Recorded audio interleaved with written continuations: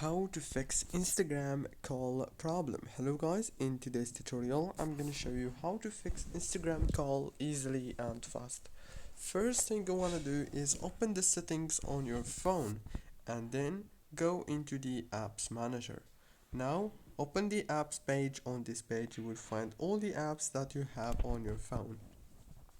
After that, you have to wait a few seconds right here. It will start loading the apps that you have on your phone. Scroll until you find Instagram and then click on it. Now you have to click on this force stop option. When you click on it, now you have to open the data usage option right here and make sure that all those options are enabled. After that, go back, click on the permissions and make sure that all the permissions are enabled too. That's it guys, don't forget to like, subscribe, thank you for watching.